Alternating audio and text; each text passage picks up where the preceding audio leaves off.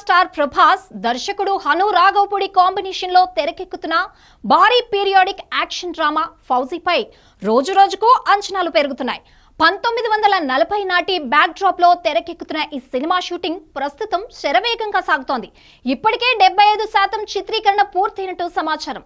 అయితే ఇప్పటికే అభిమానులను మరింత ఎగ్జైట్ చేసే ఒక అప్డేట్ ఫౌజీ మూవీ నుండి వచ్చింది. ఈ సినిమా ఫస్ట్ సింగిల్ రిలీజ్ కు మేకర్స్ రెడీ అవుతున్నారు.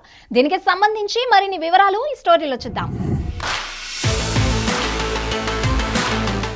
ఫౌజీ చిత్ర యూనిట్ సమాచారం ప్రకారం ఈ నెలాఖరులోనే ఫౌజీ ఫస్ట్ సింగిల్ విడుదల కానుంది. ఇప్పటికే సీతారామంతో మ్యూజిక్ పరంగా మ్యూజిక్ చేసిన ఆయన ఇప్పుడు ఫౌజీ కూడా అదే స్థాయి ఆల్బమ్ ఇస్తారని అభిమానులు ఆశిస్తున్నారు.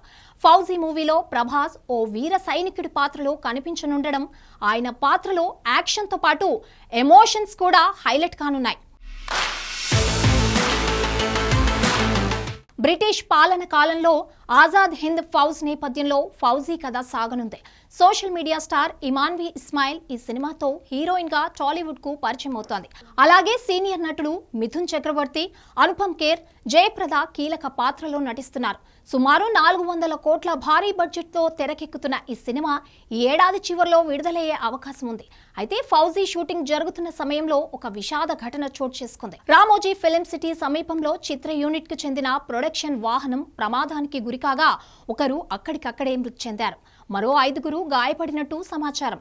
ఈ ఘటనతో చిత్ర యూనిట్ తో పాటు అభిమానులు కూడా తీవ్ర ఆవేదన వ్యక్తం చేస్తున్నారు. దీంతో తాత్కాలికంగా షూటింగ్ నిలిపి మృతునికి సినీ మేకర్ సంతాపం తెలిపారు.